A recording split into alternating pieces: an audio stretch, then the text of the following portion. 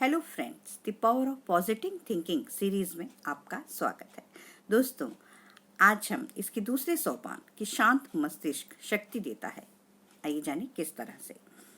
मानसिक शांति का नजरिया हासिल करने के और भी कई प्रैक्टिकल तरीके हैं। एक तरीका है आपकी चर्चा के माध्यम से हम किस तरह के शब्दों का प्रयोग करते हैं और हम उन्हें किस टोन में बोलते हैं। इससे भी हम अपने आप को नर्वस, तनावपूर्ण या विचलित बना सकते हैं। हमारे बोलने की वजह से हमें नकारात्मक या सकारात्मक परिणाम मिल सकते हैं। अपने शब्दों से हम शांति भी हासिल कर सकते हैं। शांति हासिल करने के लिए मृदुता से बोलें। जब भी समूह चर्चाओं में उत्तेजना की प्रवृत्ति दिखाई दे या गर्मा गर्मी का माहौल बन जाए तो धीरे से शांतिपूर्ण विचारों को अंदर डालने की कोशिश करें। देखें कि इस तरकीब से तनाव किस तरह से दूर होता है। उदाहरण के तौर पर ब्रेकफास्ट टेबल पर दुखद संभावनाओं से भरी चर्चा पूरे दिन को अक्सर बिगाड़ कर रख देती है। फिर इसमें हैरानी की क्या बात है कि घटनाएं वास्तव में हमारी दुखद संभावनाओं के अनुरूप घटित होती हैं। नकारात्मक चर्चा परिस्थितियों पर बुरा प्रभाव डालती है। निश्चित रूप से तनावपूर्ण या नर्वस चर्चा से हमारा अंदरूनी तनाव बढ़ता है। इसके बजाय हर दिन की शुरुआत सुखद, संतुष्ट और सुखी नजरिए से करें। आप पाएंगे कि आपका दिन सुखद और सफल गुजरेगा। इस तरह का नजरिया संतोषजनक परिस्थितियां निर्मित करने में सक्रिय और निश्चित तत्व है। अगर आप अपने मन में शांति लाना चाहते हैं तो आपको अपने शब्दों पर ध्यान देना होगा।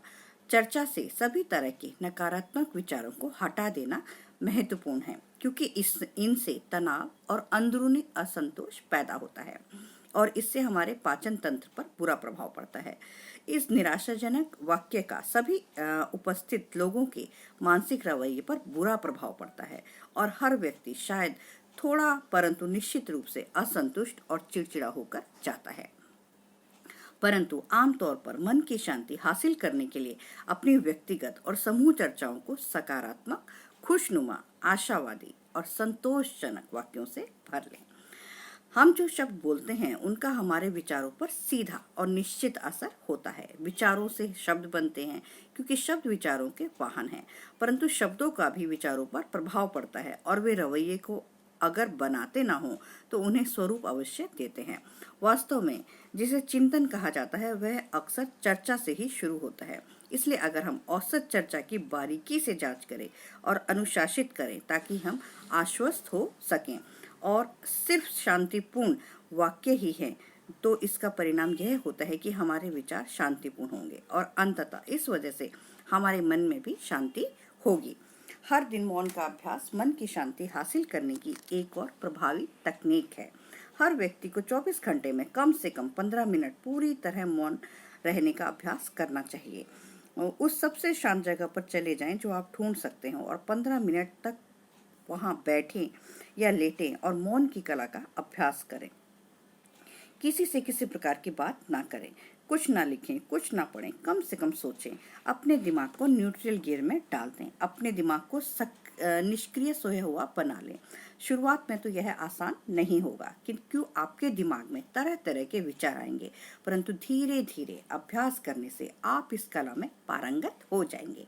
अपने मन को पानी की सतह की तरह समझें और यह कोशिश करें कि आप इसे इतना शांत बना लें कि इस सतह पर कोई लहर ना हो।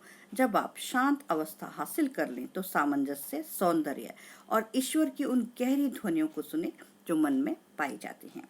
शायद हमारी आंतरिक शांति के अभाव का कुछ हद तक का यह कारण है कि शोरगुल आधुनिक लोगों के नर्वस सिस्टम को प्रभावित करता है। वैज्ञानिक प्रयोगों से पता चलता है कि जहां हम काम करते हैं, रहते हैं और सोते हैं, वहां होने वाले शोरगुल से हमारी कार्यकुशलता पर विपरीत प्रभाव पड़ता है। लोकप्रिय मान्यता के विपरीत यह संदेहपूर्ण है कि हम कभी पूरी तरह से अपने शारीरिक, मानसिक या नर्वस तंत्र को शोरगुल के अनुकूल बना पाए। बार बार होने वाली ध्वनि चाहे कितनी भी जानी पहचानी हो, अवचेतन मन उसे अवश्य सुन लेता है। नींद में भी हम कार के हॉर्न, हवाई जहाज का शोर और बाकी तेज आवाजों के कारण हमारा शरीर सक्रिय हो जाता है। इन ध्वनियों द्वारा जो आवेग नर्व्स को प्रेषित किए जाते हैं उनसे मांसपेशियां गति में आ जाती हैं और इस वजह से हमें सच्चा आराम नहीं मिल पाता है। अगर प्रतिक्रिया पर्याप्त गंभीर है तो यह आघात का रूप भी धारण कर लेती है। दूसरी तरफ मौन के उपचार की शांति और स्वास्थ्य प्रदान करने की बहुत शक्ति है। स्टार डेली का कहना है कि मौन की कला का अभ्यास करने वाले मेरे किसी परिचित को मैंने आज तक बीमार नहीं देखा है। मैंने यह पाया है कि मेरे अपने कष्ट मेरे जीवन में तब आते हैं जब मैंने अपनी अभिव्यक्ति को आराम के साथ संतुलित नहीं किया है। स्टार डेली के हिसाब से मौन में आध्यात्मिक उपचार की शक्ति है। हमें पूर्ण मौन के अभ्यास से जो आराम मिलता है उससे हमारे कई मानसिक रोगों का अपने आप उपचार हो जाता है। आधुनिक जीवन की परिस्थितियों में जीने की रफ्तार इतनी तेज हो चुकी है कि मौन का अभ्यास करना अब उतना आसान नहीं रह गया है जितना कि 100 साल पहले था।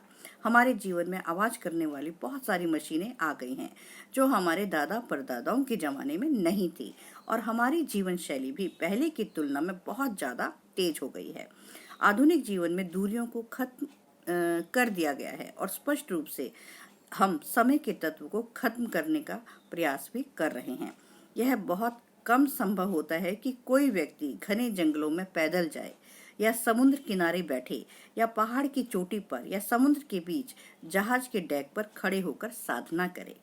परंतु जब हमें इस तरह के अनुभव होते हैं तो हम अपने मस्तिष्क पर उस मौन स्थान और उस क्षण के भाव की तस्वीर छाप लेते हैं और हम बाद में अपनी याद के सहारे उस क्षण में बार बार चले जाते हैं, जैसे हम सचमुच उस वक्त उस स्थान पर हो।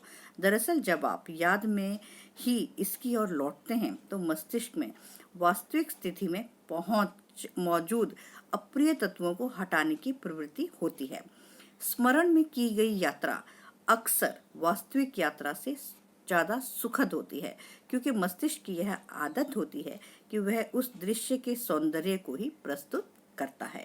तो दोस्तों, मेरी वीडियो यकीनन आपको पसंद आई होगी, तो आप इसे अपने दोस्तों में शेयर कीजिए, मेरे वीडियो को लाइक कीजिए, सब्सक्राइब कीजिए। गुड बाय दोस्तों, बाय बाय।